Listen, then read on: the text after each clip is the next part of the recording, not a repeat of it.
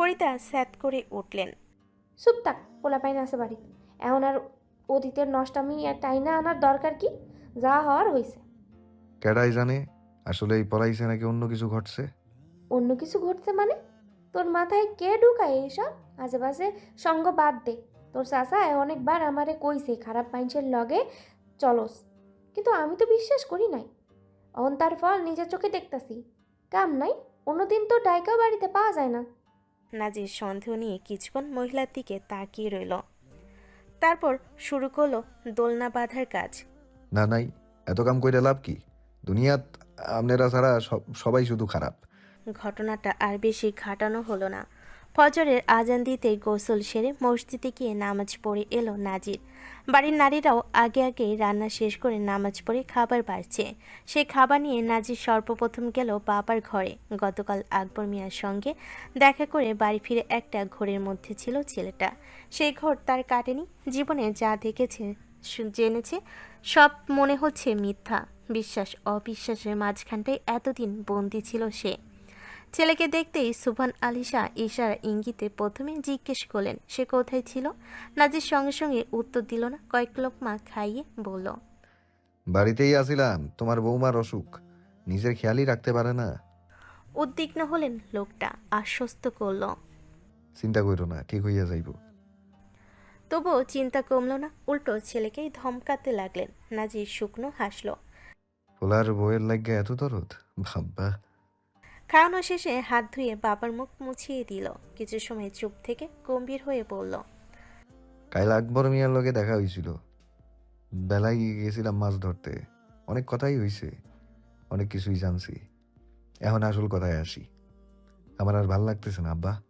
এই মিশা নাটক অনেক হইছে। আপনার ঠেক্কা এইবার আমি সব জানতে চাই। আপনি ছাড়া এই দুনিয়ার আর কোনো মানুষকে আমি বিশ্বাস করি না আব্বা। আমার আর ধোঁয়াশার মধ্যে রাইখেন না। আপনার এই অবস্থা কেডাই করছে? স্থির দৃষ্টিতে ছেলের দিকে তাকিয়ে রইলেন সুবহান আলিশা। বিচলিত হয়ে হাত চেপে ধরলেন ছেলের। আগেও বেশ কয়েকবার এই প্রশ্ন নাজির তাকে করেছে, কিন্তু উত্তর না পেয়ে অস্থির হতে দেখে এক পর্যায়ে থেমে গিয়েছে। তবে আজ আর তার মায়া হলো না, পুনরায় জিজ্ঞেস করলো, কেডাই করছে? মাস্টার বাড়ির ওই বুইরা আর তার পোলারা? সুবহান আলিশার চোখ দিয়ে পানি গড়িয়ে পড়ে। শরীরে অদ্ভুত এক কম্পনের সৃষ্টি হয়। শ্বাস প্রশ্বাসের গতি বৃদ্ধি পায়। নিজের হাত ছাড়িয়ে বাবার হাত চেপে ধরল নাজির। বলল, চুপ থাইক্কা লাভ কি? আমনের চুপ থাকতে কি কেউ ভালা আছে? আমনে ভালা আছেন? আমার মায় ভালা আছে নাকি আমি নওশাদ ভালা আছি? আমার ভেতরটা কখনো কেউ দেখে নাই। কেউ কখনো মাথায় হাত দিয়া জিগায় নাই কেমন আছোস নাজির। আমি আছি, তুই চিন্তা করস না। কেউ কয় নাই। অসুখ হইলে কেউ মাথার কাছে বসে নাই। আমি যে কি কষ্ট করছি আমনেও তা দেখেন নাই। আপনার ভাইরা আমার এই বংশের দোহাই দিয়া কোন ঢাসা কইরা রাখছে। সবকিছু থাইক্কা বঞ্চিত কইরা এখন নজর দিছে আমার পরিশ্রমের ফসলে। অথচ আমি কিছুই করতে পারি না। কতটা অকৃতজ্ঞ কন্ত।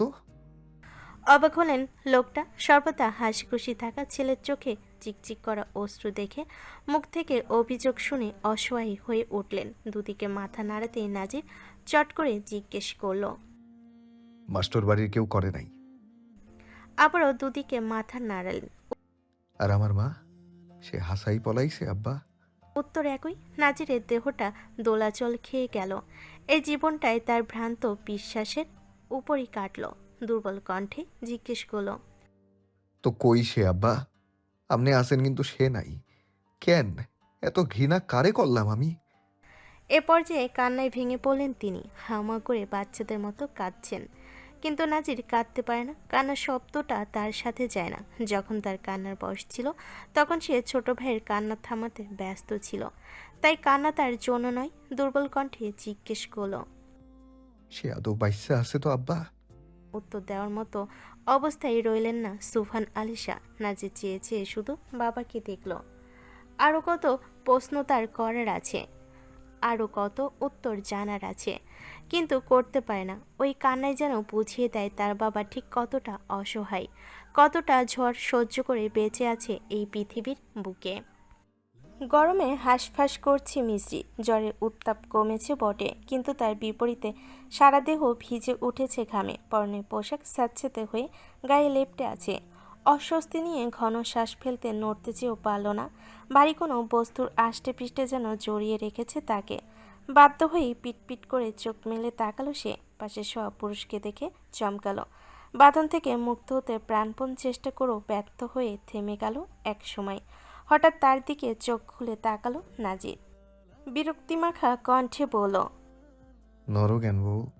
এতক্ষণে ঘুম ভাঙছে? জ্বর কি কমছে দেখি? অস্থির হাতটা স্ত্রীর কপালে গলে ছোঁয়ালো নাজির। খানিক পর ফেলল স্বস্তির নিঃশ্বাস। পিঠে হাত ঠেকিয়ে বলল, হ, কমছে। ঘামাইয়া কি অবস্থা! গলায় এটা কি এর দাগ? ইস, খয়েরি হইয়া গেছে। লজ্জায় রাঙা হয়ে গেল মেয়েটি। মুখ লুকালো স্বামীর বুকে। নাজির বিষয়টা বুঝতে পারলো হয়তো, তাই হাসলো। কি লজ্জা আমার বউয়ের। যাও গিয়া গোসল কইরা আইও। সকালে করেছি। তো সকালেরটা সকালে গেছে গা, এখন আবার করতে হইব, না হইলে খারাপ লাগবো। রাইতে ঘুমাইতে পারবা না। বলে শোয়া থেকে উঠে বসলো নাজির। সাথে টেনে তুলল মিস্ত্রিকেও। মিস্ত্রির মুখ ভার। ঘুম থেকে উঠলেই শরীর দুর্বল লাগে তার। ইচ্ছে করে সারাদিন বসে থাকতে। এখানে আসার পর থেকে গোসল করতে তো আরও ভালো লাগে না। তবুও নাজির তাকে ধমকে ঠেলে ঠুলে পাঠালো। পোশাক নিয়ে দুর্বল পায়ে হাঁটতে হাঁটতে কলপারের কাছে যেতে শোনা গেল বাচ্চাদের হইচই। দড়িতে কাপড় ঝুলিয়ে সেদিকে দৌড়ালো মিস্ত্রি। মুহূর্তে যেন তার সমস্ত ক্লান্তি অসুস্থতা হারিয়ে গেল কোথাও। চালতা গাছে ডালে বাঁধা দোল নেই, দোল খাচ্ছে সুমা, আব্দুল্লাহ আর পাশের বাড়ির সমবয়সী রানা। মুনিয়া ঘাসের উপর অপেক্ষায় বসে আছে কখন তাদের পালা আসবে। মিস্ত্রি এগিয়ে এসে হাস্যোজ্জ্বল মুখে বলল, এই দোলনা তো আগে ছিল না, কবে বানালে দেখলাম না তো। দুলতে দুলতে জবাব দিল সুমা। আইস দুপুরে।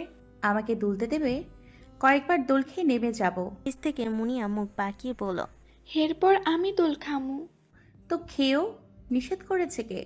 আমি একটু দোল খেয়েই গোসল করতে চলে যাব। সুমা কর্কশ কণ্ঠে বলল, দিমু না, যাও তুমি। কেন? তুমি মুটকি, আমার দোল নাই বইলে সিরা যাইব, যাও এনতে। শেষ কথাটা চিৎকার করেই বলল। মন খারাপ হয়ে গেল মিস্ত্রির। খারাপ আচরণ সে একদম নিতে পারে না। এই বাড়ির মানুষগুলো সব কয়টাই অসভ্য। গিরগিটির মতো রূপ বদলায়, এই মধুর মতো মিষ্টি ব্যবহার তো এই আবার করলার মতো তিতা। নাজির বারান্দায় এসে সবে দাঁড়িয়েছে। চেঁচামেচি শুনে সেই দিকে তাকাতেই দেখতে পেল স্ত্রী দাঁড়িয়ে আছে। ধমকালো সে, এনে কি তালমিস্ত্রি? কখন গোসল করতে পাঠাইছি? আমি আইলে কিন্তু পুষ্কুনিত ফালাইয়া শুবামু। মাথা নিচু করে কলপারে চলে গেল মিস্ত্রি। সে যেতেই ঘর থেকে খেজুর পাতার পাটি এনে বারান্দায় বিছালো নাজির। খাবার ঘর থেকে খাবার বেড়ে এনে সব কিছু সাজিয়ে বসলো পাটিতে। ঘরের ভেতর গরম থাকলেও বাইরে ঠান্ডা বাতাস। মিস্ত্রি গোসল সেরে উঠোন পর্যন্ত এসে এক পলক তাকালো সেদিকে। মুখ ভার করে কাপড় মেলে চুল ঝাড়তে লাগলো। নাজির তাড়া দিয়ে বলল, এতক্ষণ লাগে গোসল করতে? একেবারে আইসা মাইয়া। এনে আইয়া বউ। বাধ্য মেয়ের মতো মিস্ত্রি এসে বসলো লোকটার মুখোমুখি। নাজির টেনে নিল তার হাত। দেখে বলল, ব্যান্ডেজ ভিজে গেছে, খুললা বেলো। তারপর নিজেই কচুর লতি দিয়ে ভাত মাখলো। লোকমা পাকিয়ে মুখের সামনে ধরতেই নাক মুখ কুচকে নিল মিস্ত্রি। বলল, খাবো না, এটা গলা ধরবে। খাউন লইয়া রং রং করবা না। এই লতিতে গলা ধরে না, আমার ক্ষেতের লতি। আপনার কচু ক্ষেত আছে? হ, হা করো এবার। হা করলো মিস্ত্রি। মুখে নিয়ে চিবুতে লাগলো। নাজির দীর্ঘশ্বাস ফেলে বলল, বউ কেটা? আমি না তুমি? হ্যাঁ। জিগাইলাম ঘরের আসল বউ কেটায়? আমার তো মনে হইতেছে আমিই বউ আর তুমি হইলে আমার জামাই। না হইলে কয়জন জামাই তার বউয়ের এমন সেবা যত্ন করে? বাবা গো, অসুখ হইলে সেবা করতে হয়, গোসলে পাঠাইতে হয়, আবার দুই বেলা মুখের সামনে খাও না খাওয়াইতে পর্যন্ত হয়, রাগ ভাঙাইতে হয়। অথচ ঠিকই বিয়ার রাইতে আমারে থুইয়া পলাইয়া যাওয়ার ফোন দিয়ারছিলা দুই ভাই বোনে। অন্য ব্যাটারে বিয়ে করলে পাইতি এই আদর্শ হাত। খোটা দিচ্ছেন? নাজির কাউরে খোটা দেয় না, চোখে আঙ্গুল দিয়া ভুলগুলো দেখাইতাছি। এটা আপনার দায়িত্ব। আমার? হ্যাঁ। আমার জ্বর এসছে কিভাবে? কেমনে? আপনার জন্য। আপনিই আমাকে দিয়ে কঠিন কঠিন কাজ করিয়েছেন। আঙুল কেটেছে কিভাবে? তোমার অসাবধানতায়। জি না, ভুল। আপনার বাড়ির কাজ করতে গিয়েই কেটেছে। কাজের সময় আপনি কেন আমার মাথায় এসে নৃত্য করেন? আমি নৃত্য করছি কখন? আমি বারান্দায় বওয়া আছিলাম। আপনার সাথে তর্কে যেতে চাইছি না। পারলে তো যাইবা, বউ হিসাবে তোমার কোনো দায়িত্ব নাই? আছে। পালন করো না কেন? শিখিয়ে দেন না কেন? এটাও এখন আমার দোষ? হা করো। মুখ মলিন করে চুপচাপ খেতে লাগলো মিষ্টি। শ্বাস ফেলে নাজির বলল, মন দিয়ে সংসার করবা, শুধু আমার কথা শুনবা, কারো লগে অকারণে তর্ক করবা না, না কইয়া বাপের বাড়িও দৌড় দিবা না, আর বলদের মতো সবাই যা কইব তাই করতে যাইবা না। কেন? আপনি কোথায় যাবেন? জামু এক জায়গায়, কাল সকালে খাইয়া বাইরুমু, ফিরতে দেরি হইতে পারে। কোন জায়গায়? প্রশ্নের উত্তর দিল না নাজির। দৃশ্যটা বিথির চোখে সর্বপ্রথম পড়ল। নাজির থাকায় কিছু বলল না, বরং ডেকে আনলো মর্জিনাকে। মর্জিনা এদের কাণ্ড দেখে অবাকই হলেন। সিঁড়িতে বসতে বসতে বললেন, এই দিন দেখার লাইগাই মনে হয় বাইসা আসছিলাম। আমগো ঘাওড়া নাজিরও শেষমেশ বউ লইয়া রং ঢং শুরু কইরা দিছে। আচমকা কাউকে দেখে মিসির নড়ে চড়ে উঠল, লজ্জে মাথা নাড়ল। আর খাবে না? নাজির চোখ রাঙ্গালো, শাসিয়ে চাপা স্বরে বলল, সবটি ভাত না খাইয়া উঠলে 2 দিন খাউন দিমু না। মাইনষের কথায় দৌড় মারতে হইব কেন? ভয়ে ঠাই বসে রইল মিষ্টি, চুপ করে খেতে লাগলো। নাজির চাচির উদ্দেশ্যে বলল, কি করবো কন প্রাণের চাষি, বেটা মাইনষের জাত, বাইরে কঠোর, কিন্তু বউয়ের কাছে আইলেই আত্মা হইয়া যায় নরম। তা দেখতেই পাইতাছি, আমার জামাইরে তো আর কম খুসা দেশ নাই। আমনের জামাইরে ভুল কিছু কই নাই, সে তো আসলেই বউ পাগলা। আর তুই? আমি স্বামী, নিজের দায়িত্ব পালন করতেছি। নিজের বেলা 16 আনা ফাজিল, তোর বউয়ের হাতে কি হয়েছে? জামাইরে দিয়া কষ্ট করাও কেন? হাত কাটটা গেছে, শামিউল ভাইয়ের বউটা এবার আমার বউয়ের ওপর নির্যাতন শুরু করছে। হায় হায়, কবে অত্যাচার করছি? মিছা অপবাদ দিবেন না। আমনে চুপ থাকেন ভাবি, আমি সবই দেখি। আমার ছোট বউটার কিছু হইলে আমি আমনের নামে সুপ্রিম কোর্টে মামলা করবো। আমি তো তোরে আগেই কইছিলাম, বড়জনার ঘরের সব কয়টা বাটপার। আমার লগে খা, কিন্তু শুনলি না, এখনো সময় আছে, আমার আগে আইয়া পড়। আমনেরা সব ডি এক, আমনে আমার বউ দিয়া আরো বেশি কাম করাইবেন, সেই ফাঁকিবাজ আমনে। হ, সব সময় খালি আমার দোষ দেহস। বিপরীতে চুপ রইল নাজির। খাওয়ানোর শেষে হাত ধুয়ে জিজ্ঞেস করল, সবই তো ঠিক আছিল, তাহলে মুখ এমন কইরা রাখছো কেন? হইছে কি? নাক টানলো মিসি অভিযোগে সুরে বলল, একটু দোলনায় চড়তে চেয়েছি, তাই সুমা আমার সাথে খারাপ ব্যবহার করেছে। আমাকে মুটকি বলেছে, আমি বসলে নাকি ওর দোলনা ছিঁড়ে যাবে।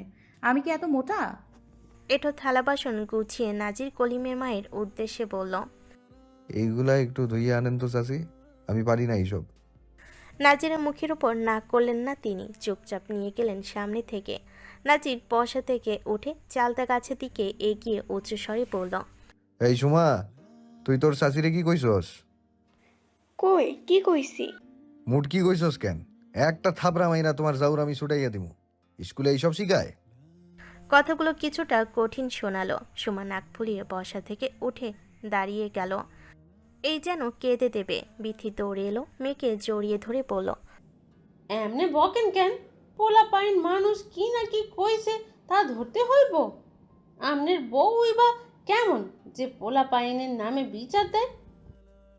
পোলা বাইনের মতন থাকবো, বড়গুলোকে এমন আচরণ করবো কেন? মুটকি আবার কেমন শব্দ?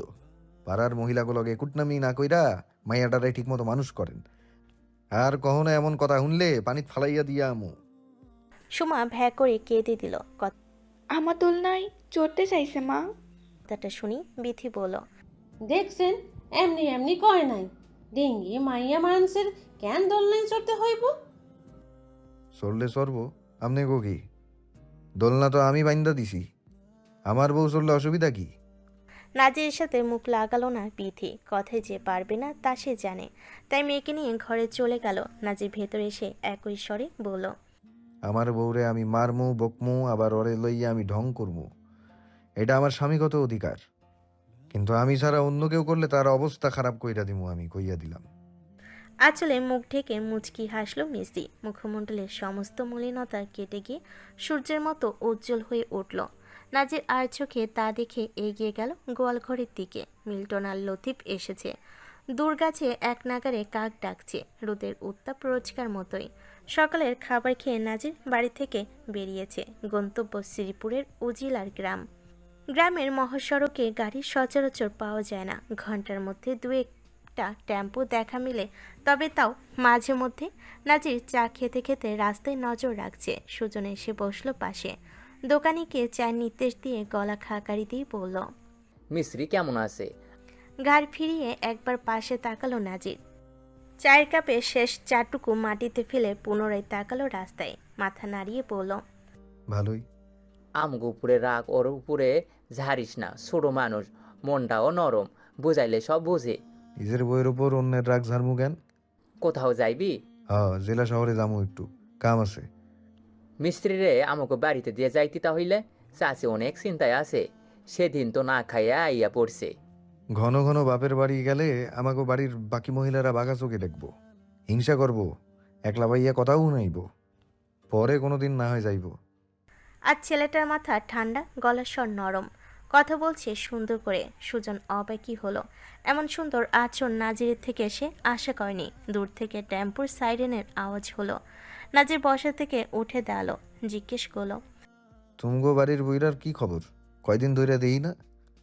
বাড়ি থাইকা কম বাহির হয়, কয়দিন ধইরা অসুখ। ডাক্তার দেও না কেন? বয়স হইলে যে কত রোগ দেয়া যায়, কবিরাজ বাদ দিয়া হাসপাতালে লইয়া যাও। গত সপ্তাহে নিছিলাম। আচ্ছা, জায়গা।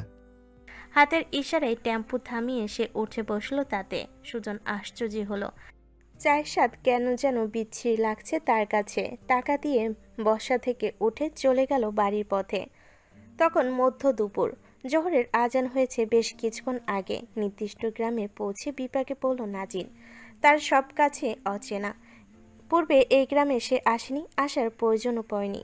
দোকানপাট সব বন্ধ, ধুধু মরুভূমির মতো শূন্য পড়ে আছে পথঘাট। তা দেখে দীর্ঘশ্বাস ফেলল নাজির।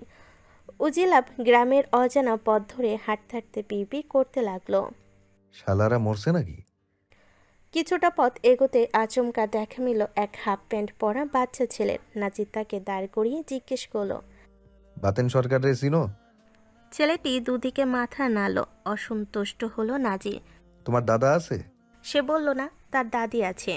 লইয়া চলো, হ্যাঁ জিগাইলে মনে হয় চিনবো। ছেলেটা সঙ্গে করে নিজেদের বাড়িতে নিয়ে গেল তাকে। টিনের চৌচালার একজোড়া মাটির বাড়ি, হাঁস মুরগির ল্যাদা দিয়ে ভরে আছে উঠোন। গন্ধে নাক চাপলো নাজির। হাঁস মুরগি গরু ছাগল তার বাড়িতেও আছে, কিন্তু এত গন্ধ তো কখনো পায়নি। ছেলেটা দাদি আর মাকে ডেকে আনলো। বাতেন সরকারের বাড়িটা কোন দিকে জানেন? পথঘাট ফাঁকা, কাউরে যে জিগামু সেই উপায়টুকুও নাই। কোন বাতেন? এলাকা কোনটা? এলাকা জানলে তো হইতই। বাতেন সরকার তার নাম, কিন্তু বাচ্চা নাই। তার বউ বাচ্চা আছে কিনা তাও সন্দেহ, তবে সন্তান চাইডা। ছোট মাইয়ার নাম নাসরিন। বৃদ্ধ মনে করার জন্য সময় নিলেন। বেশ কিছুক্ষণ পর জবাব দিলেন। হেঁটে এ পাড়ায় থাকে না বাপ, সরকার বংশ অন্য পাড়ার। বউ জব্বার কই? হেরে ডাক দিয়া কও ওরে বরকত সরকারের বাড়ি পর্যন্ত দিয়ে আইতে। মহিলাটি শাশুড়ির কথা মতো স্বামীকে ঘর থেকে ডেকে আনলেন।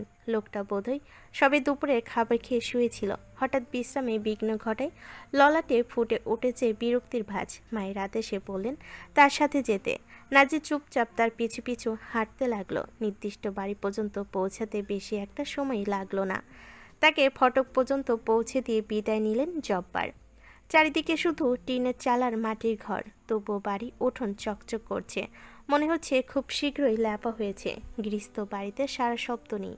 দুপুরে খাবার খেয়ে ভাত ঘুম দিয়েছে হয়তো। হাঁক ছেড়ে ডাকতে একজন মহিলা তাকে ভেতরের ঘরে নিয়ে বসালো একটি চেয়ারে।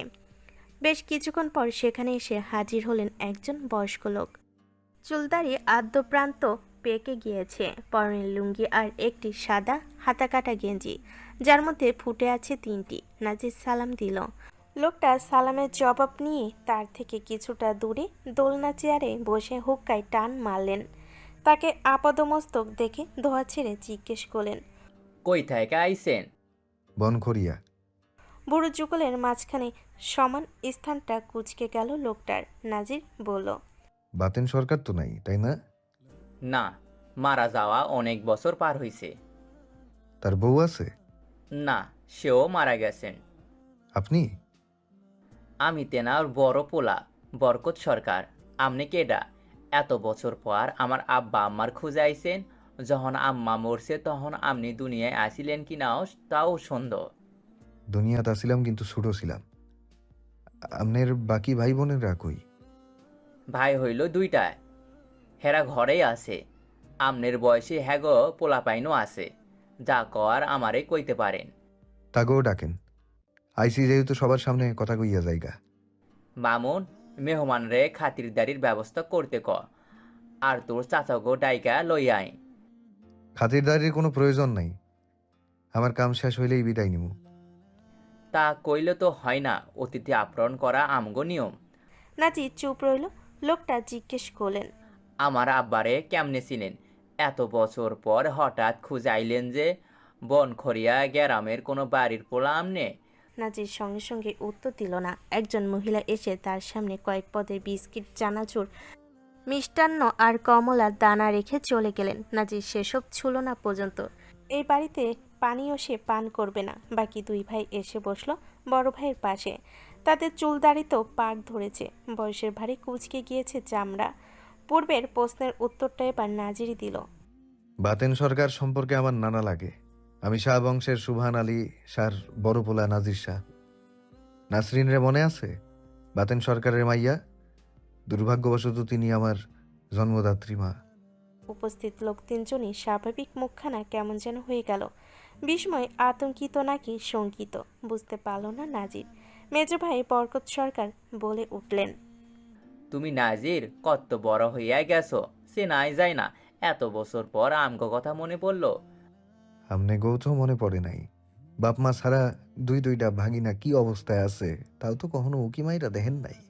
তার পিছে কারণ আছে। কারণ জানি না, আমার কোনো কাম নাই। এইসব সম্পর্ক জোড়া লাগাইতে এইখানে আসি নাই। আমি আইছি অন্য কামে। আপনাকে বইনে কই, ঠিকানা দেন, কথা আছে হ্যার লগে। একে অপরের দিকে তারা চাউচাই করলেন। তপ্ত দীর্ঘশ্বাস ফেলে দৃষ্টি স্থির করলেন মেঝেতে। বরকত বলেন, তার খবর আমরা জানি না। 21-22 বছর আগে আমগো কাছে খবর আইছিল সে নাকি কার লগে পালাইয়া গেছে। তারপর আর কইলো দেখা হয় নাই। খোঁজার অনেক চেষ্টা করছি কিন্তু পাই নাই। মিশা কথা কম কন। আমার মনে মেজাজ কিন্তু ভালা নাই। ঠিকানা দেন, না হইলে দেখা করার ব্যবস্থা কইরা দেন জায়গা। আমরা হাসা কথাই কইতাছি নাজির। 3টা বছর আমরা লোক লাগাইয়া খুঁজছি, তুমকো বাড়ি পর্যন্ত গেছি কিন্তু কোথাও তারে পাই নাই। আমগো কাছে খবর আইছিল আমগো গ্রামের কেউ লগেই নাকি সে পালাইছে, অথচ পুরা গ্রাম চিরুনি তল্লাশি দেও তেমন কাউরে পাই নাই। তার মানে কইতে চাইতেছেন সে পলায় নাই? আমরা জানি না কিচ্ছু। আমগো অনেক আদরের আসিল সে, সবার ছোট। বিয়া হইছিল খুব কম বয়সে। পরহেজগার সংসারী মাইয়া। যতবার বাপের বাড়িতে আইছে ততবারই তোমাদের বাপে দিয়া গেছে, আবার যাওয়ার সময় আইয়া লইয়া গেছে। বাড়িতে আইলে সব সময় ভাবিগো লগে লগে থাকতো। জামাই ভক্ত মাইয়া মানুষ। তোমরা হওয়ার পর আওয়া বন্ধ কইরা দিল। আমরাই মাঝে মাঝে গিয়া দেখা কইরা আইতাম। সেই মাইয়া হঠাৎ কইরা পলাইয়া গেল। তোমার বাপের অমন অবস্থা হইল, আর এত বছরও আমগুলোকে যোগাযোগ পর্যন্ত করলো না। খোঁজাখুঁজি কইরাও তারে খুঁজা পেলাম না। আর কি প্রমাণ লাগবো? বরকত সরকার বলেন। নাজির ভেতর বিস্ময়, কিন্তু বাইরে সে স্বাভাবিক। নীরব বসে রইল বেশ কিছুক্ষণ। আবু জিজ্ঞেস করলেন, তোমার বাপে এখনো বাইসা আছে? হ আছে, নামমাত্র। তারে জিগাও নাই কি হইছে? কথা কইতে পারে না। আপনাকে তো জানার কথা। জানি না। তোমার চাচারা দেখা করতে দেয় নাই। আমগো বেজ্জতি করছে। চেয়ারম্যান লইয়া হুমকি ধামকি দিছিল, গ্রামে ঢুকতে মামলা করব। আর আপনারা মামলার ভয়ে গেলেন না। এক বাপ মায়ের ঘর থাইকা জন্ম নেয়া বইনেরে বইলা গেলেন। দুইটা ভাগিনা কি অবস্থায় আছে তাও চিন্তা হইল না। জাগা, তাইলে তো বারিশের পাওনা জমিও পইরা রইছে, তাই না? তিনজনের মুখভঙ্গি কেমন যেন হয়ে গেল। মুখে শব্দ না করে মাথা নাড়লেন শুধু। নাজির জিজ্ঞেস করল, কেটায় আমনেগো কাছে খবর লইয়া আইছিল? প্রথমে জানছেন কবে? ঘটনার কতদিন পরে? জানছি ঘটনার 1 সপ্তাহ পরে। আমগো গ্রামের একজনের আত্মীয় বাড়ি তমগো গ্রামে। হ্যার মারফত সর্বপ্রথম শুনছিলাম, তই বিশ্বাস করি নাই। ভাইজান কইছিল পরের দিন যাইতে, কিন্তু পরের দিন সকালে তমগো বাড়ির চাকর মারফত খবর আসে। লগে লগে আমরা শাহ বাড়িতে যাই। ততক্ষণে সবার মুখে মুখে এই ঘটনা ছাড়াইয়া গেছে। তোমার আব্বাও হাসপাতালে ভর্তি। কত বছর যে শরমের ঠেলায় সমাজে চলতে পারি নাই, তারপর হার মানাইয়া নিছি। তোমার চাচারাই খুবই খারাপ মানুষ। হ্যাগো লগে আসিল চেয়ারম্যান হায়ের পোলা, যে বর্তমান চেয়ারম্যান হইছে। আমগো চেয়ারম্যানের লগত তার খাতির অনেক। আমরা আর কি করতাম কও?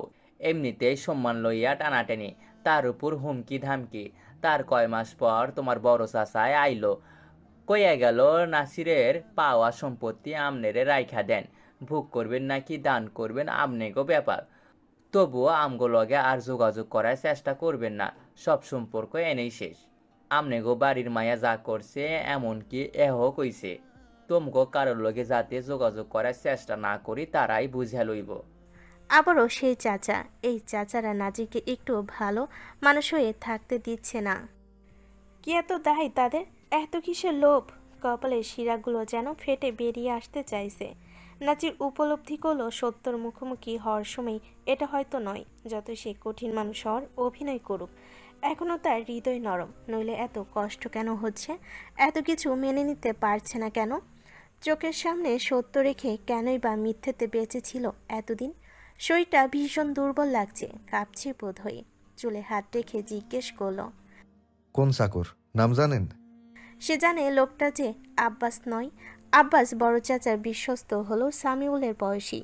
সে এসব করতে পারবে না। তাছাড়া সে তো তাদের বাড়িতে কাজে এসেছে ওই ঘটনার বহু পরে। মামারা মনে করার চেষ্টা করতে লাগলেন, অনেক বছর আগের ঘটনা কি আর এখনো মুখস্থ থাকে? বরকত সরকার বলে উঠলেন, হ, মনে পড়ছে, নাম মোতালেব। মোতালেব? নামটা নাজিরের অচেনা লাগলো। নাম শুনলেও চেহারা মনে করতে পারছে না। গ্রামে এই নামে মানুষ থাকলেও এত বয়স্ক লোক কেউ নেই। এ আবার নতুন কোন চরিত্র? আরও কিছু কথা বলে উঠে গেল সে। বরকত সরকার বললেন, এত তাড়াতাড়ি যাও গা, একটু বও, সবার লগে পরিচিত হইয়া যাও। এত বছর পর আইলা। পরিচিত হইয়া লাভ নাই, আমার কাম শেষ। ভালো থাকেন আপনারা। আবার কবে আইবা? আর আইমু না। হনো নাজির আব্বা, মামাগো উপরে রাগ কইরো না। আমগো কিছু করার আসিল না, যোগাযোগ রাখো। যখন ইচ্ছা আইয়া পইরো। বিয়া করছো তুমি? কয়েক মাস আগেই করছি। তোমার না আর একটা ভাই আসিল, কি জানি নাম, মনে পড়তেছে না। নওশাদ শাহ। হ হ, কেমন আছে ও? কি অবস্থা, কি করে? ভালোই আছে, শহরে বড় বিশ্ববিদ্যালয়ে লেখাপড়া করে। কিছু খাইয়া যাও, একটু বও, কথা আছে তোমার লগে। নাসির আসলেই পলাই নাই, না হইলে তুমি তো এত দূর আওয়ার মানুষ না। তোমার চাচারা জানে? জানে না? হেরা জানলে কখনো হয়তো এই পর্যন্ত আইতে পারতাম না। আশা করি আপনারাও তা করে জানাইবেন না। আমি চাই না কেউ জানুক। জীবনে তো ভাই বা মামার দায়িত্ব পালন করতে পারলেন না, এটা না হয় করেন। আর কখনো যোগাযোগ করার চেষ্টা করেন না। মায়া দেখানোর দরকার নাই। মনে করবেন বংশ বইনের সব অস্তিত্ব কবরে জায়গা। আল্লাহ হাফেজ। নাজির বাড়ি থেকে বেরিয়ে এলো। পেছনে হয়তো লোকগুলো অবাক চোখে তাকিয়ে তার প্রস্থান দেখলো। আবু বেশ কয়েকবার বুঝি ডাকলো, কিন্তু নাজির সাড়া দিল না। এখন আর এসব আত্মীয় বা শুভাকাঙ্ক্ষী কোনো প্রয়োজন নেই তার জীবনে। উপরে আল্লাহ আর নিচে বাপ মা ছাড়া কেউই কারোর আপন হয় না। অথচ নাজিরের বাপ মা নেই, কারোর সহানুভূতি তার প্রয়োজন নেই। এর অতল পর্যন্ত সে পৌঁছেই ছাড়বে, যা হওয়ার হোক। রান্নাঘরের পাশে সদ্য ফুলের কলি ধরা মরিচ গাছটা ছাগলে খেয়ে ফেলেছে। ভোরে ঘুম থেকে উঠেই ওই গাছটাতে রোজ পানি দিতেন মর্জিনা, অথচ আজ সেই গাছের গোড়া ছাড়া আর কিছুই দেখা যাচ্ছে না। দৃশ্যটা দেখেই তার বুকটা মোচড় দিয়ে উঠল। হাত থেকে নিমের ডালটা মাটিতে ছুঁড়ে চিৎকার চেঁচামেচিতে মাথায় তুলেন সারা বাড়ি। দৌড়ে গিয়ে চুলের মুঠি ধরে টেনে আনলেন পাশের বাড়ির রফিকের বউ রীতাকে। রীতা মুখ দিয়ে বিশ্রী সব গালি দিতে দিতে বলল, স্যার মাগি আমার চুল স্যার। সারম না, ফকিন্নির ঘরের ফকিন্নি, জায়গা জমি নাই, তারপরেও এতগুলো ছাগল মুরগি পালস কেন? আর পারলেও দেখা রাখতে পারস না? আমার মরিচ গাছটাই মাত্র কলি ধরছিল, কত যত্নের গাছ, এখন এর ক্ষতিপূরণ কেডাই দিব? তুই বেড়া দিতে পারস নাই? আমি বেড়া দিমু কেন? তোকে বাড়ির ছাগলেই খাইছে, আমগো ছাগলে এটা খাই না, একেবারে জাতের ছাগল। বলে মর্জিনাকে খামচে ধরে হাত পা ছোড়াছুড়ি করে নিজেকে ছাড়িয়ে নিল রীতা। শাড়ির আঁচল কোমরের গুজে চুলে বাঁধল খোপা। নিজের হাতের দিকে তাকিয়ে রেগে গেলেন মর্জিনা। কিছু কিছু জায়গায় চামড়া উঠে রক্ত জমাট বেঁধেছে। গর্জে উঠে বলেন, 2 বেলা ভাতের ফ্যান আর মাইনসের বাড়ির ছাইরা দিয়া সালা ছাগল নাকি জাতের ছাগল থাপড়াইয়া তোরে ছাগল পালন শিখাইয়া দেব অসভ্য। মর্জিনা যেমন ঝগড়ুটে, তেমনি রীতা হচ্ছে এলাকার সবচেয়ে নির্লজ্জ মহিলা। বুকে ঠিকমতো কাপড় থাকে না, এলোমেলো শাড়ি নিয়ে ঘুরে বেড়ায় সারা গ্রাম। এবারও পরনের শাড়ি হাঁটু পর্যন্ত উঁচু করে মুখ বিকৃত করে বলেন, আয় দেহি তোর গালে কত জোর, হাত ভাঙা গলায় ঝুলাইয়া দেমু, আমিও গাজী বংশের মাইয়া। মর্জিনা হাসলো, কটাক্ষ করে বলেন, গাজী কোনো বংশ হইল? তুই মাইয়াও ফহিন্নি বাড়ির আর বউ ফহিন্নি বাড়িরই, বংশ হইল আমারটা। পালোয়ান বংশের মাইয়া আমি, বিয়া হইছে শাহবাড়িত। আমার ঠ্যাঙের সমান যোগ্যতা আছে তোর? ঝগড়া ধীরে ধীরে ভয়াবহ রূপ নিল। সামনে একটি মরিচ গাছ আর ছাগল থেকে শুরু হয়ে চলে গেল বংশ পরম্পরা, বাপ স্বামী আর সন্তান পর্যন্ত। মিস্ত্রি অবাক হয়ে নিষ্পালক দৃষ্টিতে তাদের কাণ্ড কারখানা দেখছেন। আচমকা তার কানের লতিতে শিরশির করে উঠল। কেউ বলে উঠল, ভালো কইরা শিক্ষা রাখো বউ, ভবিষ্যতে কাজে লাগবো। এমনিতেও তোমার লোকে ঝগড়া কইরা মজা পাই না। মিস্ত্রি লাফিয়ে উঠল, বুকে থুতু ছিটিয়ে পিছু ফিরে দেখল নাচির দাঁড়িয়ে তার দিকে ঝুঁকে আছে, কিন্তু দৃষ্টি হচ্ছে ঝগড়া করতে থাকা চাচি আর পাশের বাড়ির অসভ্য মহিলার দিকে স্থির। মিস্ত্রি সেদিকে এক পলক দেখে দ্রুত স্বামীর চোখের সামনে হাত রেখে আড়াল করল দৃশ্যটি। আচানক আক্রমণে বিব্রত হলো নাজির। স্ত্রীর হাতটা সরানোর চেষ্টা চালিয়ে পড়ল, এটা লুকোচুরি খেলার সময় না বউ, রাইতে সবাই ঘুমাইয়া গেলে না হয় এক লগে খেলবো। এখন হাত সরাও। সরব না, দৃষ্টির হেফাজত করুন। মহিলার শরীর বেরিয়ে আছে, ওদিকে তাকালে পাপ হবে। ঘরে আইও, তোমার দিকে তাকাই। চুপ থাকেন, জামাইরে ধমকাস? কথা না শুনলে ধমকাতেই হয়। নাজির মুচকি হাসলো, নরম হাতটা সরিয়ে দিয়ে আলতো করে ঠোঁট ছোঁয়ালো মেয়েটির গালে। ঘুরে অপর দিকে যেতে যেতে বলল, আমি হইলাম বাধ্য স্বামী, শুনলাম না হয় বউয়ের কথাই। ঝগড়া ক্রমেই বাড়তে থাকলো। চিৎকারে আশপাশ থেকে মানুষ এসে বাড়ির ফটকে দাঁড়িয়ে উকিঝুঁকি মারছে। অবশেষে ভেতর থেকে বিরক্ত হয়ে বেরিয়ে এলেন মমিনুল শাহ। ধমক দিয়ে বললেন, এই বাড়িতে হইতাছে কি এইসব? চুপ সবাই। পুরুষালী হুঙ্কারে দুজনেই থেমে গেলেন। স্বামীকে দেখে মর্জিনা ছুটি এলেন। আহত হাতটা সম্মুখে ধরে দেখাতে দেখাতে বলেন, দেখেন দেখেন ওই সুন্নি মাগি আমার হাতটার কি অবস্থা করছে। মমিনুল শাহ আটকে উঠলেন। লোকটা যেমনই হোক না কেন স্ত্রীর কাছে ভীষণ নরম মনের মানুষ। মুখ মলিন করে রীতার দিকে রাগত দৃষ্টিতে তাকিয়ে হুঙ্কার ছেড়ে বলেন, এইটা তুমি কি করলা রফিকের বউ? শুরু তো করছে আপনার বউয়ে, আমার চুলের মুঠি ধরছে কেন? তার লাগে তুমি আমার সন্তানের মায়ের গা থাইক্কা রক্ত জড়াইবা? শুধু তাই না, আমার মরিচ গাছটা আমার ছাগলে খাইয়া ফেলাইছে। আমি ভাবছিলাম প্রথম মরিচটা আমনেরে খাওয়ামো, কিন্তু ওর ছাগলে সব নষ্ট কইরা দিছে।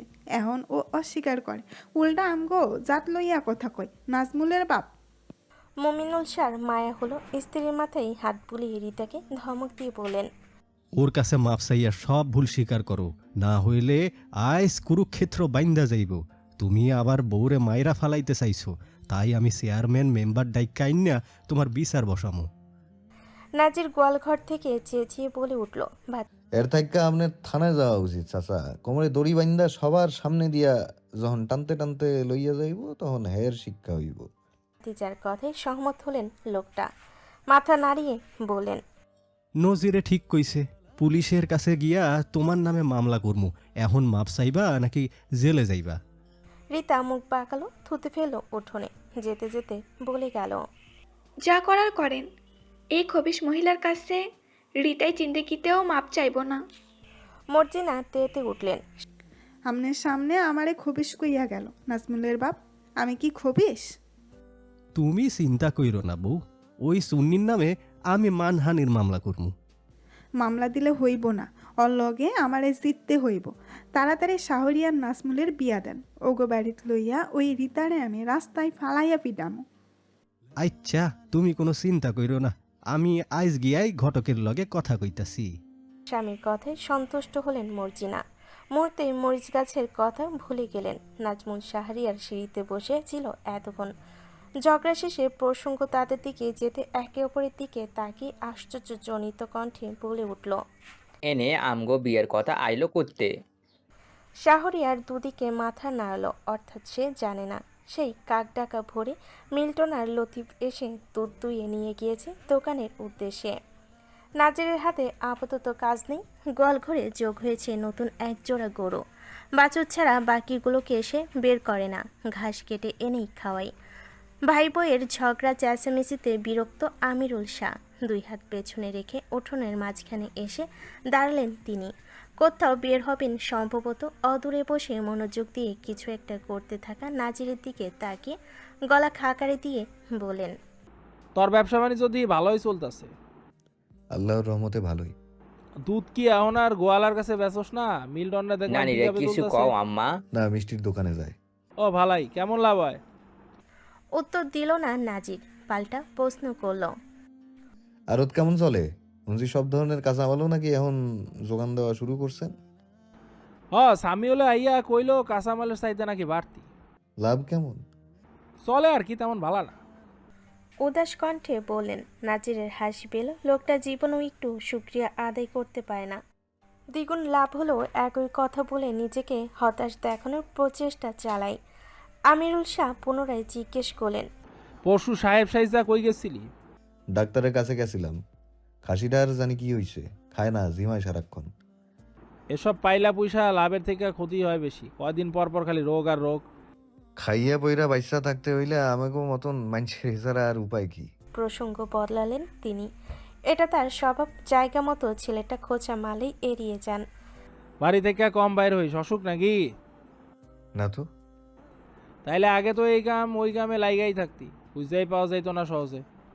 এত কাম কইরা লাভ কি? কোনো মতে খাইয়া পইরা বাঁচতে পারলেই হইল। দেরিতে হইলেও বুঝছিস চাচা, দুনিয়ার জীবন কিছু না। কেউ কি সম্পদ লইয়া মরতে পারে? তাই কাম করা কমাইয়া দিছি। আমিরুল শাহর মুখখানা ছোট হয়ে গেল, শুধু মাথা নাড়ালেন। দীর্ঘশ্বাস ফেলে স্ত্রীর থেকে বিদায় নিয়ে ছাতা মাথায় চলে গেলেন বাড়ির বাইরে। তার প্রস্থান দেখে নাজির হাসল। খোঁচাটা একেবারে জায়গা মতো লেগেছে। তার দৈনন্দিন কাজ ঠিকই জারি রয়েছে, কিছু রহস্য উদ্ঘাটনের ব্যস্ততায় শুধু বাড়ি থেকে অযথা তেমন একটা বের হচ্ছে না।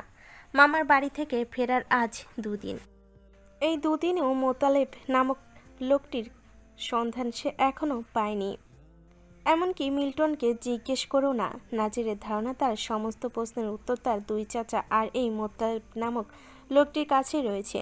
তবে চাচাদের থেকে কোনো উত্তরই সে পাবে না। সন্দেহের খাতায় যদি আরও একজন রয়েছে তবে তার কোনো ভরসা নাই। তাই যে কোনো মূল্যে ওই লোকটাকেই খুঁজে বের করতে হবে।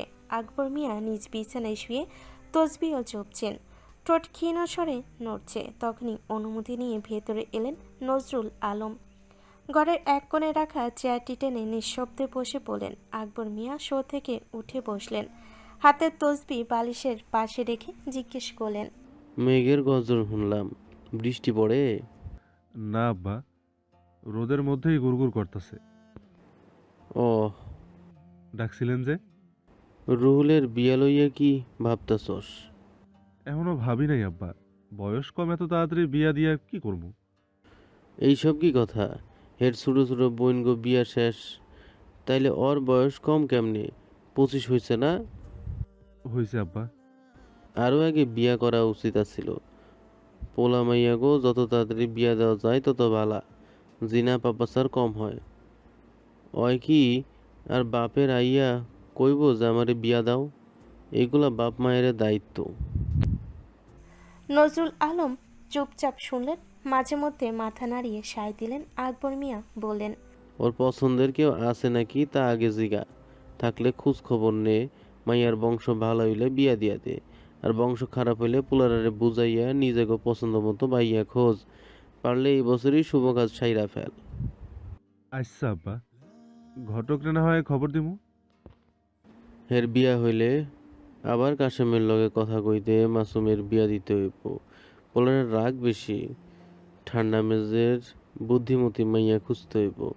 দিনকাল ভালা না, নাতিগর সংসার দেখা মরলেও শান্তি। এবার নতুন ঘর তুলতে হইব আব্বা, সুজনের 2 পোলা মাইয়া, তালেব, রুহুল, মাসুম তো এখনো বাকি আছে। মাইয়ারা বছরে 2বার আইয়া বেড়াইয়া যায়। হ্যাগো পোলাপাইন আছে, বুঝেনি তো।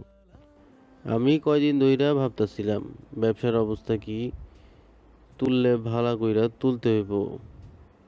আল্লাহর রহমতে ভালাই। কাশেম আমারে কইলো, এইটায় তোমরাই থাহো, সামনে খালি পইরা থাকা জায়গায় না হয় আমি তুলবো। তোর কি মত? আমার কোনো সমস্যা নাই, লগে আমিও না হয় টেহা দিলাম, তাড়াতাড়ি শেষ হয়ে যাইব। ভাইয়ে ভাইয়ে মিল দেখে সন্তুষ্ট হলেন আকবর মিয়া। এটাই তো তিনি চেয়েছিলেন। এক পর্যায়ে জিজ্ঞেস করলেন, মিস্ত্রির খবর কি? নাজিরের লগে দেখা হইলে কইস আমি ডাকছি, কথা আছে। ওর লোকে কথা কওয়া মানেই ঝামেলা, একটা কইলে 10টা হুনাইয়া দিব। দিব না, তুই কইস। পায়ে জোর পাই না, না হলে আমি যাইতাম। আচ্ছা। আলোচনা শেষ করে নজরুল আলম বেরিয়ে এলেন ঘর থেকে। দুপুরে রান্নাবান্না শেষে রোজকার মতো গোসল করতে কলপাড়ে গিয়েছে মিষ্টি। টিউবওয়েল চাপতে গিয়ে হাতের তালুতে গাঢ় লাল দাগ পড়ে গিয়েছে। বিয়ের কয়েক মাস পেরোলেও কিছুতেই যেন এসবে অভ্যস্ত হতে পারছে না সে। মাছের প্রজেক্টে খাবার দিয়ে দোকান পাড় গিয়েছিল নাজির। হাতে চিঠির খাম ফটক দিয়ে ভেতরে প্রবেশ করতেই ভুরুদয়ের মাঝখানে সরু ভাঁজ পড়ল তার।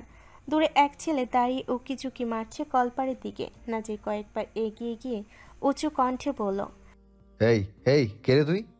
আচমকা ডাকে ছেলেটা যেন ঘাবড়ে গেল। চট করে পিছু ফিরে তাকালো। মুখখানা দেখে সহজেই চিনে ফেল নাজির। বলল, সোহেল না? এনে কি তোর? সোহেল জোরপূর্বক হাসলো। থুতনি চুলকে আমতা আমতা করে জবাব দিল, একটা কাজে কাছাকাছি আইছিলাম, তাই ভাবলাম পুকুরে দেইখা যাই। তোর ফুফু কি কলপাড়ে থাহে? না মানে একেবারে হাত মুখ ধুইয়া ভাবলাম ভিতরে যাই। বলেই দ্রুত ঢুকে গেল আমিরুল শাহ দালানে। কলপাড় থেকে পানির শব্দ ভেসে আসছে। বোঝাই যাচ্ছে কেউ গোসল করছে। নাজিরা সেদিকে গেল না। পুকুর থেকে হাত পা ধুয়ে ঘরে এলো। শহর থেকে চিঠি এসেছে। প্রেরক আর কেউ নয়, নওশাদের শ্বশুর। খুব শীঘ্রই তিনি তাকে যেতে বলেছেন ওখানে। নালিশ জানিয়েছেন ভাইয়ের নামে। নাজির এসবে বিরক্ত। এমনিতে নিজের জ্বালাই বাঁচে না, তার মধ্যে আবার ভাই কি কাণ্ড ঘটিয়েছে কে জানে। গোসল সেরে উঠোনে কাপড় মেলে দিয়ে ঘরে এলো মিষ্টি। আয়নার সামনে দাঁড়িয়ে ঠিক করতে লাগলো পরনের শাড়ি। তাকে দেখে কিছুক্ষণ তাকিয়ে রইল নাজির। জিজ্ঞেস করলো, ও, কলপাড় তুমি আসিলা? হ্যাঁ, কার সঙ্গে কথা বলছিলেন? কেউ না। ভেজা চুলগুলো হাত দিয়ে ছেড়ে চোখে মোটা করে কাজল রেখা টানলো মিষ্টি। কানে দুল জোড়া পরে স্বামীর সামনে এসে দাঁড়িয়ে জিজ্ঞেস করলো, কেমন লাগছে? দিনের বেলা ঘরে চান নাইমা আইছে। লাজুক হাসলো সে। পা ঝুলিয়ে বসে পড়লো খাটে। চুল আঙ্গুলে প্যাঁচাতে প্যাঁচাতে বলল, ভাবছি এবার নাক ফুটো করব। ডর গেছে গা? না, তবে নাক ফুল পড়তে ইচ্ছে করছে। নাক ফুলে আরো সুন্দর লাগবে না আমাকে? কি জানি, আন্দাজে আমি কিছু কইতে পারি না। তাহলে দেখে বলতে হবে। বাড়ি যেতে দেবেন কবে? সব সময় আমাকে আটকে রাখেন। নাজির বসা থেকে উঠে আলমারির দিকে ছুটে গেল। উপরে ড্রয়ার খুলে কিছু একটা বের করে ফিরে এসে মেঝেতে মিস্ত্রির সামনে বসলো। পাজোড়া টেনে নিজের কাছে নিয়ে বলল, আইসা কাইল যাইও। মিস্ত্রি নড়ে চড়ে উঠল। পা ধরেছেন কেন? ছি, উঠুন বলছি, পায়ে হাত দিতে নেই, পাপ হবে। নাজির শুনল না। পাজোড়া নিজের কোলে রেখে পরিয়ে দিল সুন্দর একজোড়া নূপুর। বলল, কে কইছে এইসব? পায়ে ধরিয়া সালাম করলে ঝুঁকলে পাপ হয়, এমনি ধরলে আবার পাপ কি এর? কি সুন্দর নূপুর জোড়া। এগুলো আমার? না, পাশের বাড়ির শম্পা ভাবির। সে কথায় গুরুত্ব দিল না মিষ্টি। বসা থেকে উঠে সারা ঘর জুড়ে এক প্রকার দৌড়াতে লাগলো। নাজির মেঝে থেকে উঠে বিছানায় বসলো। মেয়েটার আনন্দ দেখে তার নিজের ঠোঁটও ফুটে উঠেছে তৃপ্তিময় হাসি। একসময় থেমে গেল মিষ্টি। চোখের দিকে তাকিয়ে প্রশ্ন করলো, শব্দ হয় না কেন? ঘুঙুর লাগাতে ভুলে গেছে বোধহয়। আমি লাগাইতে নিষেধ করছি। কেন? শব্দ না হলে নূপুর পরে মজা আছে? দিনকাল ভালা না, ঝনঝন শব্দ শুনলে আশেপাশের স্যাংরারা আমার বইয়ের প্রেমে পইরা যাইব। বোঝদার স্বামী হিসেবে এই ভুল আমি করতে পারি না। পূর্বের মতো আবারও পাশে এসে বসলো মিষ্টি। বলল, আপনি একটা জাতা। রূপার নুপুর চাইছিলাম স্বর্ণের বানাইতে, কিন্তু পরে উনি পায়ে নাকি স্বর্ণ পরা যায় না, তাই এটা বানাইছি। পছন্দ হয়েছে? হয়েছে। কবে আনলেন? পরশু ফেরার পথে। অথচ দিয়েছেন আজ। নাজির এড়িয়ে গেল। গামছা লুঙ্গি কাঁধে নিয়ে যেতে যেতে বলল, গোসল কইরা আসি। ভাতিজা আসার খুশিতে কি করবেন না করবেন যেন ভেবে পাচ্ছেন না ফরিদা। পুত্রবধূকে ডেকে এনে পাখা দিয়ে বাতাস করার নির্দেশ দিলেন। মিষ্টি খাবার নিতে এসেছে, তাকে দেখেই ফরিদা বলেন, বউ তুমি ওরে খাবার বাইরে দাও। শাশুড়ির কথা শুনল বিথি। সোহেল ভাত মাখতে মাখতে মাথা তুলে তাকালো। কেমন অদ্ভুত তার চাহনি, হেসে বলল, আসসালামু আলাইকুম, কেমন আছেন ভাবি? লোকটার চাহনি পছন্দ হলো না মিষ্টির, অপ্রস্তুত হয়ে বলল, আলহামদুলিল্লাহ ভালো। আইয়েন, এক লোকে দেওর ভাবিতে মিল্লা গল্প করতে করতে খাই। দেওর কেডাই সম্পর্কে তুই আর ভাষণ লাগোস, নাজির না তোর ছুডো। ফুপুর কথায় বিরক্ত হলো সোহেল, কিন্তু প্রকাশ করলো না। বলল, 5-6 মাসের পার্থক্য, এটা কোনো বিষয় না ফুপু। ফরিদা মিষ্টির উদ্দেশ্যে বলেন, তোমার খাওন লইয়া যাও শুধু। নাজিরে কই? ওরে কও এনে আইতে, কতদিন পর সোহেল আইছে। মিষ্টি মাথা নাড়িয়ে চলে গেল। তার কিছুক্ষণ পরে ভেজা চুলে গামছা গলায় নাজির এসে হাজির হলো। বিভিন্ন প্রসঙ্গে কথা বলতে বলতে খাওয়া শেষ করলো দুজনে। ফরিদার জোড়াজড়িত সোহেল আর থাকলো না, কিছুক্ষণ বিশ্রাম নিয়ে চলে গেল। যাওয়ার আগে অবশ্য মিষ্টির থেকে বিদায় নিতেও ভুলল না। দুপুর গড়িয়ে বিকাল হলো। আচমকা কিছু একটা মনে পড়তে বাড়ি থেকে বেরিয়ে এলো নাজির। মিল্টনকে নিয়ে সোজা চলে গেল হাটে। আজ সোমবার, অথচ কোনো এক বিশেষ কারণে কষাই জবাই করেছে গরু। মিল্টনের উদ্দেশ্যে নাজির বলল, দৌড়া বল্টু, কলজাটা আইজ আমিই কিনবো। কথা মতো মিল্টন সত্যি দৌড়ালো। কষাইয়ের কানে কানে কিছু বলতেই ব্যাগে ভরে দিল কলিজা। নাজির এগোলো। লগে 2 কেজি গোস্ত ওজন করেন। আমি ওই 1 কেজি নিমু ভাইজান, আমনে দাম কইরা দিতে কন। রাইতে তো তুই আমাকে লগেই খাবি। আমায় গোশ অনেক পছন্দ। আচ্ছা, আলাদা ব্যাগে আরো 2 কেজি দেন। না না ভাইজান, 1 কেজি। সুপ বেটা, 1 কেজি দিয়ে এতগুলো মাইনছের কি হয়? আমগো শুধু রাইতে খাইবো। দুপুরে মনে হয় রাইতের শহর আনছে, তাই শুধু 2 কেজি নিতাছি। নাজির নিজেই টাকা দিল। বাজারের ব্যাগগুলো তার হাতে ধরিয়ে দিয়ে বলল, আগে আমার ব্যাগটা তোর ভাবি পর্যন্ত পৌঁছাইয়া দিয়ে আসবি। কইস আমার ফিরতে একটু রাইত হইব, তবে একলগে গিয়ে খামু। কই যাবেন ভাইজান? সামাদ মিয়ার কাছে, অনেকদিন দেখা হয় না, কাম আছে একটু। মিল্টন বিদায় নিয়ে চলে গেল। চারিদিকে সন্ধ্যা নেমেছে। মাগরিবের আজান দিল কিছুক্ষণের মধ্যে। পাশের মসজিদ থেকে নামাজ পড়ে তারপর সোজা ঘাটে চলে গেল নাজির। ইউনিয়নের এমন কোনো খবর নেই যা সামাদ মিয়ার কাছে নেই। এমন কোনো মানুষ নেই যাকে সামাদ মিয়া চেনে না। অথচ লোকটার কথা কিনা নাজিরের মনে পড়ল আজ। সামাদ মিয়ার মাস ব্যবসা চলছে রমরমা। আশ্বিন মাস প্রায় শেষ হতে চলল। দিনগুলো যেন চোখের পলকেই শেষ হয়ে যাচ্ছে। তারপর আসবে কার্তিক। কার্তিকের পর অগ্রহায়ণের শেষে ঠান্ডা পড়বে। তখন আবার বেলায় বিলের পানি ধীরে ধীরে কমে আসবে। মাছগুলো চলে যাবে সব নদীতে। তাই বর্ষায় মাছ ধরার উপযুক্ত সময়। সামাদ মিয়ার ট্রলারে দেখা ঘাটে এসেই পেয়ে গেল নাজির। মাগরিবের পরপরই শুরু হয়ে যায় তাদের এই আয়োজন। তাকে দেখে যার পরনে অবাক হলেন লোকটা। যদিও বরাবরই নাজির তাকে অবাক করে দিয়ে হঠাৎ অসময়ে চলে আসে। হেসে বলেন, বিয়ের পর থেকে তো নাজির মশাইরে দেখাই যায় না, তা হঠাৎ কি মনে কইরা? কামে নিশ্চয়ই আইছি। ট্রলার ছাড়বেন কখন? এই তো ঘন্টাখানেকের মধ্যেই। হৃদয় রে আজ আনি নাই, জাকির গেছে বাড়িত। ও, কি কাম নাজির? কিছু লাগবো নাকি? কিছু জিগামু, যদিও অনেক আগেই জিগানো উচিত আছিল, কিন্তু জিগাইতে পারি নাই। ঘরের কথা পরে কইয়া লাভ কি? সামাদ মিয়া হুক্কায় টান দিয়ে ধোয়া ছাড়লেন বাতাসে। মনোযোগী হয়ে অল্প বয়সী ছেলেটার মুখের দিকে তাকালেন। কিছুক্ষণ নীরব থেকে নদীর অবাধ্য স্রোতের দিকে তাকিয়ে রইল নাজির। সেই নীরবতা ভেঙে একসময় বলল, আমার চাচারা কয় আমার দাদারে নাকি মারছে মাস্টর বাড়ির আকবর মিয়া আর তার পোলারা। আব্বার এই অবস্থাও নাকি সে করছে। এই ব্যাপারে আপনার কি মতামত ভাই? কেউ কি সচক্ষে দেখছে? হঠাৎ এই প্রশ্ন? এত বছরে তো জিজ্ঞাস নাই কখনো। আমি তুললে উল্টা রাগ করতি। ইচ্ছা হইল আর কি। আকবর মিয়াই কিছু কইছে? না, কি কইব, আব্বাব এমন যে সে নিরপরাধ। আমি তো অত শত জানি না। তখন আমি হৃদয়ের বয়সে আছিলাম। ব্যবসা বাণিজ্য সামলাইতো আমার আব্বাই। আকবর দাদা আর তোর দাদার মধ্যে ভাই ভাই সম্পর্ক আছিল। মাঝখানে ঝামেলা আছিল কিনা জানি না, তবে হুট কইরেই গ্রামে ছড়াইয়া গেল তোর দাদার খুনের খবর। 2 দিন পর খুনি সন্দেহে মামলা হইল আকবর দাদা আর নজরুল চাচার নামে। পরে তো আপোষে আইয়া সব ধামাচাপা দেওয়া হয়েছিল। বহু বছর আগের কথা। তোর বাপের বেলায়ও একই কাহিনী। সেও সেদিন মরতো, কিন্তু ভোরবেলায় ঘাটে আইয়া ট্রলার থামতেই আমার আব্বার দলের লোকে গো চোখেই সর্বপ্রথম পড়লো। পরে হেরা গিয়া মাস্টার বাড়িতে খবর দিয়া ধরাধরি কইরা তারে নিয়ে ভর্তি করলো হাসপাতালে। আব্বাই সবসময় কইতো কোনো একটা ঘাপলা আছে, কিছু একটা সবার চোখের আড়ালে ঘটছে। আকবর মিয়া এমন কাম করতেই পারে না। কেউই তাইলে দেখে নাই? এত মানুষের মধ্যে কেউ না? একই বাড়ির একটা মানুষ খুন হইল, একটা মানুষরে খুনের চেষ্টা করা হইল, একটা মানুষ নিখোঁজ হইয়া গেল, অথচ কেউ কিচ্ছু জানলো না, দেখলো না। বিশ্বাস করা যায় ভাই? পুলিশ আইছিল, কয়দিন তদন্ত চলছে।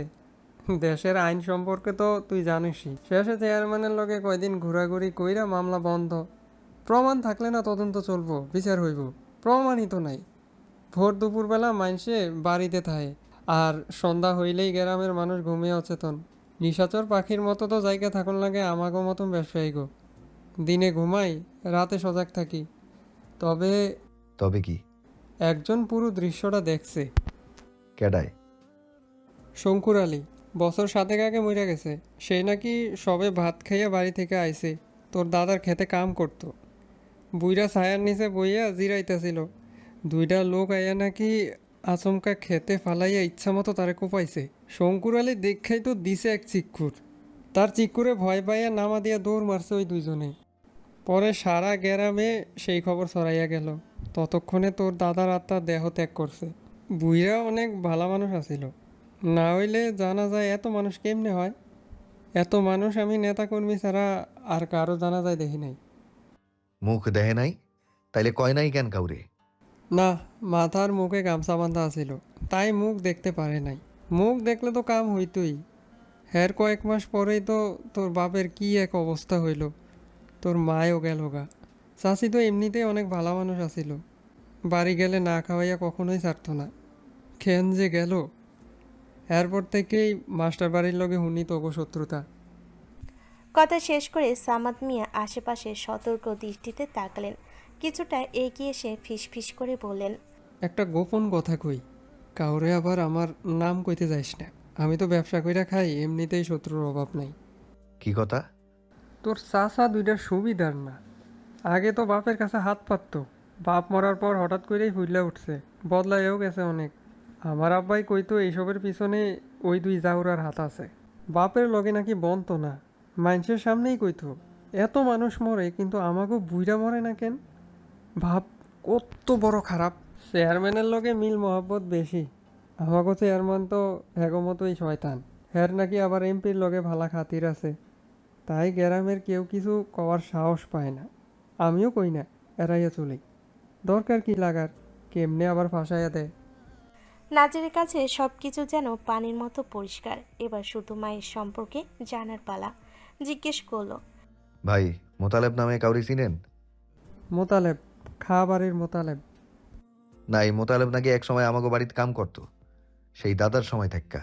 সামাদ মিয়া কিছুক্ষণ ভাবলেন, হাঁক ছেড়ে ডাকলেন, রহমত চাচা, মোতালেব নামে কাউরে চিনেন? শাহবাড়ির নাকি কাম করতো। রহমত চাচা এগিয়ে এলেন। বয়সের ভারে লম্বাটে দেহে ভাঙ্গন ধরেছে, উবু হয়ে চলেন, তবুও কাজ করে খান। বেশ কিছুক্ষণ সময় নিয়ে মনে করার চেষ্টা করলেন, তারপর বললেন, আব্বাসের যেটা না, বেটা শুনছিলাম চুরি কইরা হ্যাগো বাড়ি থাইকা পলাইছিল। এক সময় ফাতে ভাইয়ের অনেক বিশ্বস্ত লোক আছিল। নাজির এক মুহূর্তের জন্য থমকে গেল। মোতালেব তবে আব্বাসের বড় চাচা? রাতে বাড়ি ফিরতে নাজিরের দেরি হলো। চারিদিকে তখন বিরাজ করছে ঘোর নিস্তব্ধতা। উঠোনের হলদে বাল্বের আলোয় চারপাশে ঘন অন্ধকার মিলিয়ে গেছে। সেই আলোতে ঘিরে ঘুরপাক খাচ্ছে সদ্য পাখা লাগানো পিপিলিকার দল। কলপার থেকে হাত মুখ ধুয়ে ঘরে এসে মাটিতে মাদুর পেতে বসল নাজির। তার অপেক্ষাতেই এতক্ষণ জেগেছিল ঘরের ঘরণী। ছোট একটা গামলা থেকে থালে ভাত বেড়ে স্বামীর দিকে এগিয়ে দিল মিসি। সাথে রাখলো মাংসের একটা বাটি। সন্ধ্যায় মিল্টন বাজারে ব্যাগটা বাড়িতে দিয়ে যেতেই তৎক্ষণাৎ কুপি জ্বালিয়ে রান্না করেছেন ফরিদা। আলু দিয়ে কলিজা ভুনা আর আলাদা ঝোলঝোল করে গরুর গোশত। তারপর বাড়ির সবার খাওয়া শেষে তিনি নিজ হাতে মেপে মেপে মিষ্টি আর নাজিরের জন্য খাবার বেড়ে দিয়েছেন। ভাত সামনে নিয়ে হাত গুটিয়ে বসে রইল নাজির। স্ত্রী খেতে বসা পর্যন্ত অপেক্ষা করল। মিষ্টি থালা টেনে নিতেই তার চোখ আটকে গেল সেখানে।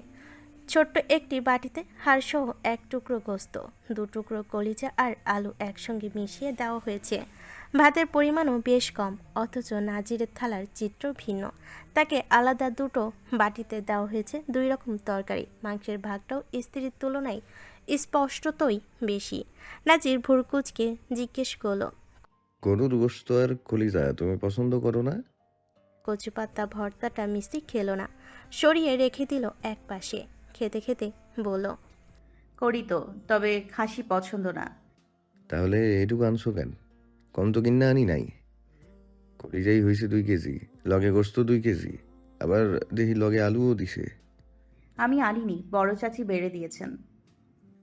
বড় চাচি দিব কেন? তোমার হাত নাই? আসার পর থেকেই হয় বড় চাচি খাবার বেড়ে দেন, নয়তো ভাবি বেড়ে দেয়। একবার তাদের না পেয়ে আমি নিজ থেকে তরকারি বেড়ে নেয় অনেক কথা শুনতে হয়েছিল, তাই এখন আর আগ বাড়িয়ে কিছু করি না। কথা বলার সময় একবারও মাথা তুলে তাকালো না মিষ্টি। নাজিরের গলা দিয়ে আর খাবার নামলো না। নিজের বাটিটা বদলে নিল স্ত্রীর সঙ্গে। মিষ্টি এবার চট করে সামনে তাকালো, অপ্রস্তুত ভঙ্গিতে বলল, বদলাচ্ছেন কেন? আমার এইটুকুতেই হয়ে যাবে। নাজির শুনল না সে কথা, জিজ্ঞেস করলো, আব্বাই খাইছে? হ্যাঁ, আমি খাইয়ে দিয়েছি। আব্বার খাওয়ানো তারাই বাইরা দেয়? হ্যাঁ। গোশ কলিজা 2টাই দিছে? না, শুধু কলিজা দিয়েছে। কলিজার থেকে আলুই বেশি পড়েছে। আরও 2 পিস চাইতেই বলল, অসুস্থ মানুষ এত খেতে পারবে না। নাজির এবার বুঝতে পারল কেন তার অসুস্থ বাপটা এত রুগ্ন। সে তো শুধু দুবেলা খাওয়াতো, সকালে আর রাতে। মানুষ অল্পই খায়, আসল খাওয়াতে হয় দুপুরে, কিন্তু বিয়ের পর থেকে খাওয়াই একবেলা, তাও শুধু সকালে। বলল, আগে কও নাই কেন? জিজ্ঞেস করেননি। নাজি গাইলে কইবা না? মিসি উত্তর দিল না। খাপের প্রতি নাজিরের অরুচি ধরে গেল, তবুও চুপচাপ খেতে লাগলো। পেটে ক্ষুধার রোজে কমতি নেই। শেষ পর্যায়ে জিজ্ঞেস করলো, আমাকে বিয়ার কয় মাস হইছে? মিসি মনে করার জন্য সময় নিল। বলল, এই মাস শেষ হলে 3 মাস হবে। এই 3 মাসে কাজ কাম কতটুকু শিখছো, বিশেষ কইরা রান্না বান্না? উনুন ধরাতে পারি, মরিচ আর রসুন কাটতেও পারি। পেঁয়াজ তেমন একটা কুচি হয় না, তবে ভাত রাঁধতে পারি, ডিম ভাজতেও পারি। মাশাআল্লাহ, একটা আগাইম্মার ঢেকি জুটছে কপালে। এমন কইরাই কচ্ছপের লাহান শিখতে থাক। আর আমার কপালে জুটুক বাড়তি খরচা। আজ যদি তুমি রান্না বান্না পারতা, তাহলে কি আমারে এত বাজার করতে হইতো, নাকি হ্যাগোলাগে খাইতে হইতো? এতগুলা গোশ কিনলাম, অথচ বাপ আর বউয়ের ভাগে জুটলো এইটুকুন। তার উপরে এই এক বেলাই ভাগে পড়ছে। সকাল হইলে সব হ্যাগো পেটেই যাইব গা। খাউন দাউনেও যে মাইনসে এত হিংসা করে, সেটা আবার জানলাম আইজ। মিসির মুখটা ছোট হয়ে গেল। বলল, এখানে আমার কি দোষ? বিয়ের আগে রান্না বান্না পারি কি না জিজ্ঞেস করলেন না কেন? আমাদের যৌথ পরিবার, আমি বড় হয়েছি নানুর বাড়ি। কিভাবে শিখবো? কে শেখাবে? শুরু হয়ে গেছে অভিমান। নাজির মুখ কুচকে নিল। বেশ কিছুক্ষণ পর জিজ্ঞেস করলো, আলাদা হইয়া যামু? জানি না আমি। কেন জানো না? এমন কইরা চললে খাবার কষ্ট করতে করতে হ্যাগো বাড়ির কুদ্দুসের মার মতো হইয়া যাইবা। সবার কটু কথা শুনতে হইব। কয়দিন আমি হ্যাগো লগে তর্ক কইরা তোমার পক্ষ নিব? আমি একা একা কিভাবে সব সামলাবো যদি না পারি? কখনো এসব করেছি? চেষ্টা করলে মানুষ কি না পারে। আমি যখন প্রথম অন্যের খেতে ধান ছাড়া লাগাইতে গেছিলাম, তখন ঠিক মতন লাগাইতে পারতাম না। তেরা বেঁকা হইতো, বেশি ডাইবা যাইতো, আবার কোনোটা তো নষ্ট পর্যন্ত হইয়া গেছিল। তার লাগা কত মাইনসে যে আমারে কাম দেয় নাই। কেউ কেউ তো সারাদিন কাম করাইয়া পয়সাও দেয় নাই। পায়ে জোকে কামড়াইছে, হাতে ঠোসা পড়ছে, শরীরের বিষে জ্বর পর্যন্ত আইছে। তাতে কি আমি মইরা গেছি, নাকি সারা জীবন আকাইম্মাই রইয়া গেছি? মানুষ ভুল করতে করতেই শিখে। অনেক সময় আপন মানুষগো কথা ভাইবা শিখতে হয়। আর এটা তো একটা সংসার মাত্র। মিসি বেশ অবাক হলো। খাওয়া থামিয়ে বলল, আপনি অন্যের অধীনে কাজ করেছেন, কিন্তু আমি তো শুনেছি আমাদের বংশের পর এই গ্রামে নাকি আপনারাও অন্যতম ধনী বংশ। ভুল কিছু শোনো নাই। তাহলে? আমার আব্বার অবস্থা তো দেখছই। যখন তার এই অবস্থা হইছে তখন আমার বয়স মাত্র 5। নওশাদও তখন ছোট মানুষ। মায়ের কথা তো জানোই। জমি জমা থাকলেও চাচারা আমাকে ঠকাইছে। দায়িত্ব বলতে ওই 2 বেলা শুধু ভাত দিত। কখনো পান্তা ভাত, ঝাল ভর্তা, আবার কখনো মনে দয়া হইলে ছোট চাচি দিত মাছ। এখন যা দেখতেছো সব আল্লাহর রহমতে আমার একলার পরিশ্রমের ফল। ঘৃণায় গা রিডি করে উঠল মেয়েটার, মুখ ভার করে বলল, কত খারাপ মানুষ! এতদিন ভাবতাম আমি শত্রু বাড়ির মেয়ে বলে শুধু আমার সাথেই তারা এমন করে। নাজির শব্দহীন হাসল। খাওয়া শেষে থালে ধুয়ে নিল হাত। মিষ্টি বলল, তবে আমার চাচা খুব ভালো মানুষ, সাথে চাচিও। মাথার উপরে বাপ দাদা আছে তো তাই ভালা। তারা না থাকলে বুঝতা বাস্তবতা আসলে কি জিনিস। দুনিয়াত কোনো মানুষই ভালো না, সবাই স্বার্থপর। মিষ্টি চুপচাপ শুনল। এক মুহূর্তের জন্য তার মনে হলো সামনে বসে থাকা লোকটা যা সবাইকে দেখায় তা সে নয়। তার ভেতরেও না বলা অনেক কষ্ট রয়েছে, যা কেউ কখনো দেখেনি, জানে না। খাওয়া শেষে দরজা খুলে বাইরে চলে গেল নাজির। কিছু সময় পেরোতেই উকি দিল ঘরে। ফিসফিস করে ডাকলো, তাল মিশ্রি। সব গোছগাছ করে বিছানায় সবে শুয়েছিল মিষ্টি। শোয়া থেকেই জবাব দিল, কি? বাইরে আইও।